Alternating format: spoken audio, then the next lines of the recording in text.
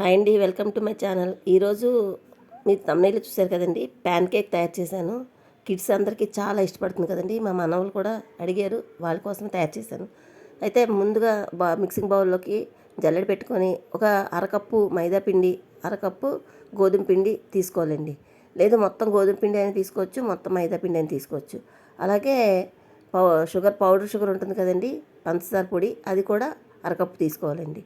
అలాగే milk powder ఒక పావు కప్పు తీసుకోవాలి. మనం ఇందులో ఎగ్ ఉపయోగించట్లేదు కనుక ఈ కేక్కి మిల్క్ పౌడర్ వేసుకుంటే టేస్ట్ చాలా బాగుంటుంది. అలాగే అర స్పూను బేకింగ్ సోడా తీసుకోవాలండి. ఇవన్నిటిని చక్కగా జల్లించుకోవాలండి.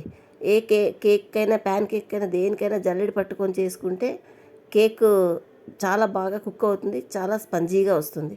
ఇప్పుడు వాటిని పక్కన పెట్టేసి ఇవన్నీ మనం తీసుకున్న మైదా అవన్నీ కూడా చక్కగా కలుపుకోవాలండి. కలుపుకొని ఒక కప్పు మిల్క్ తీసుకోవాలండి. ఇవి కాసి చల్లార్చిన పాలండి.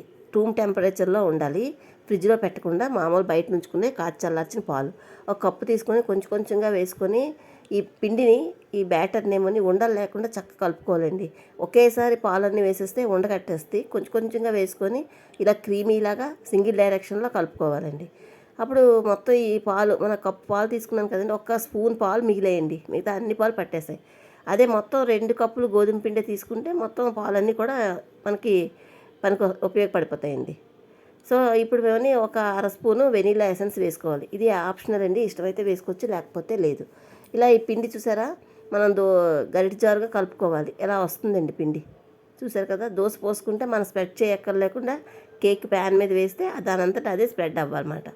ఆ విధంగా కలుపుకోవాలి పిండిని. ఇలా రిబ్బన్ కన్సిస్టెన్సీ వచ్చిందాక పిండిని బీట్ చేసుకొని ప్యాన్ పెట్టుకొని మంటను చాలా తక్కువలో పెట్టాలి. అసలు మంట చాలా సిమ్లో పెట్టుకోవాలండి. పెట్టుకొని ప్యాన్కి ఆయిల్ రాసి టిష్యూతో తుడిచిన తర్వాత ఒక గరిటె పోసుకోవాలండి.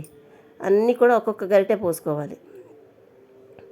నేను ఫస్ట్ పెద్ద బర్నర్, మన దగ్గర ఉన్న స్టవ్లో ఉండే బర్నర్లు అన్నిటి చిన్న బర్నర్ల మీద స్విమ్లో పెట్టుకొని కాల్చుకుంటే అన్నీ కూడా గోల్డెన్ కలర్లో వచ్చి చక్కగా కుక్ అవుతాయండి.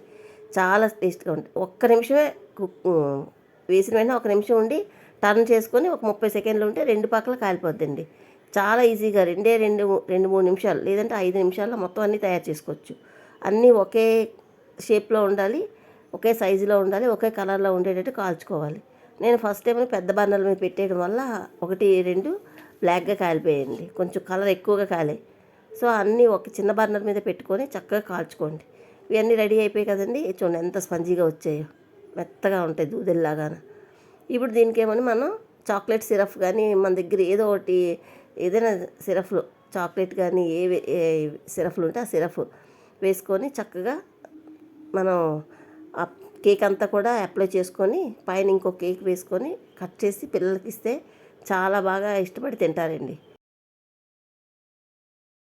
ఇది నాకైతే ఎలా అనిపించిందంటే, మా చిన్నప్పుడు గోధుమ పిండి అట్లు పోసుకునే వాళ్ళం అండి, పంచదార బెల్లం కలిపి.